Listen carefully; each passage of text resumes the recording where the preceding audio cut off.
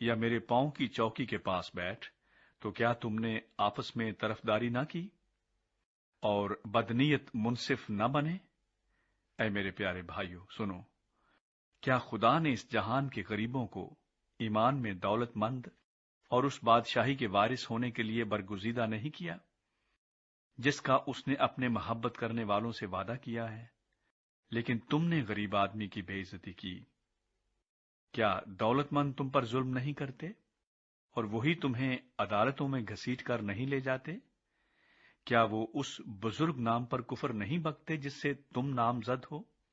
تو بھی اگر تم اس نوشتے کے مطابق کہ اپنے پڑوسی سے اپنی مانند محبت رکھ اس بادشاہی شریعت کو پورا کرتے ہو تو اچھا کرتے ہو، لیکن اگر تم طرفداری کرتے ہو تو گناہ کرتے ہو اور شریعت تم کو قصوروار ٹھہراتی ہے، کیونکہ جس نے ساری شریعت پر عمل کیا اور ایک ہی بات میں خطا کی وہ سب باتوں میں قصوروار ٹھہرا، اس لیے کہ جس نے یہ فرمایا کہ زنا نہ کر، اسی نے یہ بھی فرمایا کہ خون نہ کر۔ پس اگر تو نے زنا تو نہ کیا مگر خون کیا تو بھی تو شریعت کا عدول کرنے والا ٹھہرا۔ تم ان لوگوں کی طرح کلام بھی کرو اور کام بھی کرو جن کا آزادی کی شریعت کے موافق انصاف ہوگا، کیونکہ جس نے رحم نہیں کیا اس کا انصاف بغیر رحم کے ہوگا، رحم انصاف پر غالب آتا ہے۔ عمل اور ایمان۔ آئے میرے بھائیو، اگر کوئی کہے کہ میں ایماندار ہوں مگر عمل نہ کرتا ہو تو کیا فائدہ؟ کیا ایسا ایمان اسے نجات دے سکتا ہے؟ اگر کوئی بھائی یا بہن ننگی ہو اور ان کو روزانہ روٹی کی کمی ہو اور تم میں سے کوئی ان سے کہے کہ سلامتی کے ساتھ جاؤ، گرم اور سیر رہو، مگر جو چیزیں تن کے لیے درکار ہیں وہ انہیں نہ دے تو کیا فائدہ؟ اسی طرح ایمان بھی اگر اس کے ساتھ اعمال نہ ہوں تو اپنی ذات سے مردہ ہے۔ بلکہ کوئی کہہ سکتا ہے کہ تو ایماندار ہے اور میں عمل کرنے والا ہوں، تو اپنا ایمان بغیر اعمال کے تو مجھے دکھا، اور میں اپنا ایمان اعمال سے تجھے دکھاؤں گا۔ تو اس بات پر ایمان رکھتا ہے کہ خدا ایک ہی ہے، خیر اچھا کرتا ہے۔ شیاطین بھی ایمان رکھتے اور تھر تھراتے ہیں۔ مگر اے نکمے آدمی، کیا تو یہ بھی نہیں جانتا کہ ایمان بغیر اعمال کے بیکار ہے؟ جب ہمارے باپ ابراہام نے اپنے بیٹے اسحاق کو قربان گاہ پر قربان کیا تو کیا وہ اعمال سے راست باز نہ ٹھہرا؟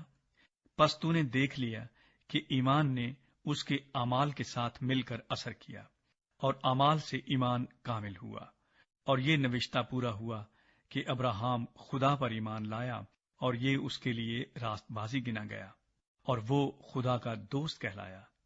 پس تم نے دیکھ لیا کہ انسان صرف ایمان ہی سے نہیں بلکہ اعمال سے راست باز ٹھہرتا ہے۔ اسی طرح رحب فاحشہ بھی جب اس نے قاصدوں کو اپنے گھر میں اتارا اور دوسری راہ سے رخصت کیا تو کیا اعمال سے راست باز نہ ٹھہری؟ غرض جیسے بدن بغیر روح کے مردہ ہے، ویسے ہی ایمان بھی بغیر اعمال کے مردہ ہے۔ تیسرا باب، زبان۔ اے میرے بھائیو، تم میں سے بہت سے استاد نہ بنے، کیونکہ جانتے ہو کہ ہم جو استاد ہیں زیادہ سزا پائیں گے، اس لیے کہ ہم سب کے سب اکثر خطا کرتے ہیں۔ کامل شخص وہ ہے جو باتوں میں خطا نہ کرے، وہ سارے بدن کو بھی قابو میں رکھ سکتا ہے۔ جب ہم اپنے قابو میں کرنے کے لیے گھوڑوں کے منہ میں لگام دے دیتے ہیں تو ان کے سارے بدن کو بھی گھما سکتے ہیں۔ دیکھو، جہاز بھی اگرچہ بڑے بڑے ہوتے ہیں اور تیز ہواؤں سے چلائے جاتے ہیں تو بھی ایک نہایت چھوٹی سی پتوار کے ذریعے سے ماجی کی مرضی کے موافق گھمائے جاتے ہیں۔ اسی طرح زبان بھی ایک چھوٹا سا عضو ہے اور بڑی شیخی مارتی ہے۔ دیکھو، تھوڑی سی آگ سے کتنے بڑے جنگل میں آگ لگ جاتی ہے۔ زبان بھی ایک آگ ہے۔ زبان ہمارے اعضاء میں شرارت کا ایک عالم ہے اور سارے جسم کو داغ لگاتی ہے اور دائرہ دنیا کو آگ لگا دیتی ہے اور جہنم کی آگ سے جلتی رہتی ہے، کیونکہ ہر قسم کے چوپائے اور پرندے اور کیڑے مکوڑے اور دریائی جانور تو انسان کے قابو میں آ سکتے ہیں اور آئے بھی ہیں، مگر زبان کو کوئی آدمی قابو میں نہیں کر سکتا۔ وہ ایک بلا ہے جو کبھی رکتی ہی نہیں، زہر قاتل سے بھری ہوئی ہے۔ اسی سے ہم خداوند اور باپ کی حمد کرتے ہیں، اور اسی سے آدمیوں کو جو خدا کی صورت پر پیدا ہوئے ہیں بد دعا دیتے ہیں۔ ایک ہی منہ سے مبارکباد اور بد دعا نکلتی ہے۔ اے میرے بھائیو، ایسا نہ ہونا چاہیے۔ کیا چشمے کے ایک ہی منہ سے میٹھا اور کھاری پانی نکلتا ہے؟ اے میرے بھائیو، کیا انجیر کے درخت میں زیتون اور انگور میں انجیر پیدا ہو سکتے ہیں؟ اسی طرح کھاری چشمے سے میٹھا پانی نہیں نکل سکتا۔ آسمانی حکمت۔ تم میں دانا اور فہیم کون ہے جو ایسا ہو وہ اپنے کاموں کو نیک چال چلن کے وسیلے سے اس علم کے ساتھ ظاہر کرے جو حکمت سے پیدا ہوتا ہے۔ لیکن اگر تم اپنے دل میں سخت حسد اور تفرقے رکھتے ہو تو حق کے خلاف نہ شیخی مارو نہ جھوٹ بولو۔ یہ حکمت وہ نہیں جو اوپر سے اترتی ہے، بلکہ دنیوی اور نفسانی اور شیطانی ہے، اس لیے کہ جہاں حسد اور تفرقہ ہوتا ہے وہاں فساد اور ہر طرح کا برا کام بھی ہوتا ہے۔ مگر جو حکمت اوپر سے آتی ہے اول تو وہ پاک ہوتی ہے، پھر ملنسار، حلیم اور تربیت پذیر، رحم اور اچھے پھلوں سے لدی ہوئی، بے طرفدار اور بے ریا ہوتی ہے، اور صلح کرانے والوں کے لیے راست بازی کا پھل صلح کے ساتھ بویا جاتا ہے۔ چوتھا باب۔ دنیا کی دوستی۔ تم میں لڑائیاں اور جھگڑے کہاں سے آ گئے؟ کیا ان خواہشوں سے نہیں جو تمہارے اعضاء میں فساد کرتی ہیں؟ تم خواہش کرتے ہو اور تمہیں ملتا نہیں، خون اور حسد کرتے ہو اور کچھ حاصل نہیں کر سکتے۔ تم جھگڑتے اور لڑتے ہو، تمہیں اس لیے نہیں ملتا کہ مانگتے نہیں۔ تم مانگتے ہو اور پاتے نہیں اس لیے کہ بری نیت سے مانگتے ہو تاکہ اپنی عیش و عشرت میں خرچ کرو۔ اے زنا کرنے والیو، کیا تمہیں نہیں معلوم کہ دنیا سے دوستی رکھنا خدا سے دشمنی کرنا ہے؟ پس جو کوئی دنیا کا دوست بننا چاہتا ہے وہ اپنے آپ کو خدا کا دشمن بناتا ہے۔ کیا تم یہ سمجھتے ہو کہ کتاب مقدس بے فائدہ کہتی ہے؟ جس روح کو اس نے ہمارے اندر بسایا ہے، کیا وہ ایسی آرزو کرتی ہے جس کا انجام حسد ہو؟ وہ تو زیادہ توفیق بخشتا ہے۔ اسی لیے یہ آیا ہے کہ خدا مغروروں کا مقابلہ کرتا ہے مگر فروتنوں کو توفیق بخشتا ہے۔ پس خدا کے تابع ہو جاؤ اور ابلیس کا مقابلہ کرو تو وہ تم سے بھاگ جائے گا۔ خدا کے نزدیک جاؤ تو وہ تمہارے نزدیک آئے گا۔ اے گنہگارو، اپنے ہاتھوں کو صاف کرو، اور اے دو دلو، اپنے دلوں کو پاک کرو۔ افسوس اور ماتم کرو اور رو، تمہاری ہنسی ماتم سے بدل جائے اور تمہاری خوشی اداسی سے۔ خداوند کے سامنے فروتنی کرو، وہ تمہیں سر بلند کرے گا۔ بھائی کی بدگوئی کے خلاف انتباہ۔ اے بھائیو، ایک دوسرے کی بدگوئی نہ کرے۔ جو اپنے بھائی کی بدگوئی کرتا یا بھائی پر الزام لگاتا ہے وہ شریعت کی بدگوئی کرتا اور شریعت پر الزام لگاتا ہے، اور اگر تو شریعت پر الزام لگاتا ہے تو شریعت پر عمل کرنے والا نہیں بلکہ اس پر حاکم ٹھہرا۔ شریعت کا دینے والا اور حاکم تو ایک ہی ہے جو بچانے اور ہلاک کرنے پر قادر ہے۔ تو کون ہے جو اپنے پڑوسی پر الزام لگاتا ہے؟ شیخی باز کو انتباہ۔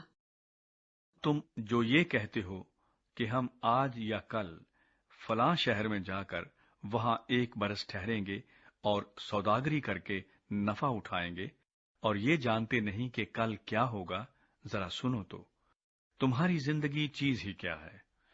بخارات کا سا حال ہے، ابھی نظر آئے ابھی غائب ہو گئے۔ یوں کہنے کی جگہ تمہیں یہ کہنا چاہیے کہ اگر خداوند چاہے تو ہم زندہ بھی رہیں گے اور یہ یا وہ کام بھی کریں گے۔ مگر اب تم اپنی شیخی پر فخر کرتے ہو، ایسا سب فخر برا ہے۔ پس جو کوئی بھلائی کرنا جانتا ہے اور نہیں کرتا اس کے لیے یہ گناہ ہے۔ 5واں باب، دولت مندوں کو انتباہ۔ اے دولت مندو، ذرا سنو تو، تم اپنی مصیبتوں پر جو آنے والی ہیں رو اور واہ ویلا کرو۔ تمہارا مال بگڑ گیا اور تمہاری پوشاکوں کو کیڑا کھا گیا، تمہارے سونے چاندی کو زنگ لگ گیا اور وہ زنگ تم پر گواہی دے گا اور آگ کی طرح تمہارا گوشت کھائے گا۔ تم نے اخیر زمانے میں خزانہ جمع کیا ہے، دیکھو جن مزدوروں نے تمہارے کھیت کاٹے ان کی وہ مزدوری جو تم نے دغا کر کے رکھ چھوڑی چلاتی ہے، اور فصل کاٹنے والوں کی فریاد رب الافواج کے کانوں تک پہنچ گئی ہے۔ تم نے زمین پر عیش و عشرت کی اور مزے اڑائے، تم نے اپنے دلوں کو ذبح کے دن موٹا تازہ کیا، تم نے راست باز شخص کو قصوروار ٹھہرایا اور قتل کیا، وہ تمہارا مقابلہ نہیں کرتا۔ صبر اور دعا۔ بس اے بھائیو، خداوند کی آمد تک صبر کرو۔ دیکھو کسان زمین کی قیمتی پیداوار کے انتظار میں پہلے اور پچھلے میوہ کے برسنے تک صبر کرتا رہتا ہے۔ تم بھی صبر کرو اور اپنے دلوں کو مضبوط رکھو، کیونکہ خداوند کی آمد قریب ہے۔ اے بھائیو، ایک دوسرے کی شکایت نہ کرو تاکہ تم سزا نہ پاؤ۔